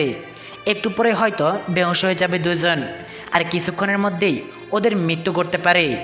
আমরা 3 জনও অনেক গুরুতর আহত হয়েছি, শরীর দিয়ে রক্ত পড়ছে অনেক। বেশিক্ষণ আর টিকে থাকতে পারবো না এখানে। আমাদের এই অবস্থার পরেও অ্যালেক্স এবং কোহিল স্যার আমাদেরকে সাহায্য করতে আসেনি। এই জন্য আমরা বুঝতে পারলাম আমাদের মৃত্যু অবধারিত। আমাদের আহত হওয়ার পরও শত্রুরা আমাদের দিকে আরেক রাউন্ড তীর ছুড়ল। তীরগুলো ঠিক আমাদের দিকে আসছে, তবে এবার একদিক দিয়ে আসছে তীরগুলো, কারণ সকলেই একপাশে চলে এসে তীরগুলো ছুড়ল। আমি কি করব বুঝতে পারছিলাম না। আমি সোজা হয়ে উঠে হ্যারি, লুসি, লুসানা এবং অ্যালিয়ার সামনে গিয়ে 2 হাত বাড়িয়ে দাঁড়ালাম। এমনিতেই আমার শরীরে 3টি তীর লেগেছে। তারপর এখন আবার তাদের ছাড়া প্রায় সবগুলো তীরই আমার শরীরে গেঁথে যায়। আমার সব অঙ্গ প্যারালাইসিস হয়ে গেল। কোথাও কোনো বোধ পেলাম না। আমি শুধু সামনের দিকে তাকিয়ে আছি। প্রায় 30টার উপরে তীর আমার শরীরে গেঁথে গেছে। আশেপাশে কে কী বলছে আমি কিছুই শুনতে পাচ্ছি না। সব মিলিয়ে আমি বুঝে গেলাম আমার সময় শেষ হয়ে গেছে এই দুনিয়াতে। আমি সামনে তাকালাম, শত্রুরা আবার আরেক রাউন্ড তীর আমাদের দিকে ছুড়ল। আমি বুঝতে পারছি এটা যুদ্ধের ময়দান। এখানে কেউ কাউকে মায়া দেখাবে না। যতক্ষণ পর্যন্ত সব শত্রুগুলো মারা যাচ্ছে ততক্ষণ পর্যন্ত আক্রমণ থামবে না। আমি কোনো রকমে গাড় ঘুরালাম। আমি সার্জনের চোখে পানি দেখতে পাচ্ছি। তারা কি বলছে আমি শুনতে পাচ্ছি না, কারণ আমার 2টো কান বরাবর 4টা তীর গেঁথে গেছে। ডান চোখ দিয়ে একটা তীর গেঁথে যায়। আমি ডান চোখ দিয়ে কিছুই দেখতে পাচ্ছি না। যেহেতু আমার পুরো শরীর প্যারালাইসিস হয়ে গেছে, তাই আমি কোনো ব্যথা অনুভব করতে পারছি না। মনে হচ্ছে এখনই আমার জীবন শেষ হয়ে যাবে। বাকি তীরগুলো আমার গায়ে লাগবে। ঠিক তখনই আমার পিঠ থেকে অনেকগুলো সাদা হাত বেরিয়ে আসলো। আমার এটা অনেক দেখা দেখা মনে হলেও মনে পড়ছে না আমি কোথায় দেখেছি। আমাদের দিকে যে তীরগুলো আসছিল সবগুলো তীরই আমার পিঠ থেকে বের হওয়া হাতগুলো ধরে ফেলল। আমি বিশ্বাস করতে পারছি না এতগুলো হাত আমার পিঠ থেকে বের হয়েছে।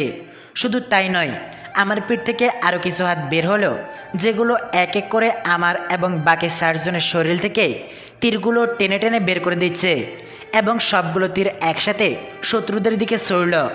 আর এর ফলে সবগুলো তীর শত্রুদের গায়ে গিয়ে লাগলো। আমার শরীর আস্তে আস্তে জ্বলতে লাগলো। সাদা একটা আলো বের হচ্ছে আমার শরীর দিয়ে, আর এর ফলে আমার শরীর একা একাই হিল হয়ে যাচ্ছে। 4টা হাত বাদে বাকি সবগুলো হাত আমার পিঠে ঢুকে গেল, আর 4টা হাত হ্যারি, লুসি, লুসানা এবং অ্যালিহাকে ধরল। আমার সাথে সাথে তারাও আস্তে আস্তে হিল হয়ে যাচ্ছে। দেখতে দেখতে তাদের সবগুলো ক্ষতই ঠিক হয়ে গেল। সকলে ঠিক হওয়ার পর আমার সবগুলো সাদা হাত অদৃশ্য হয়ে গেল।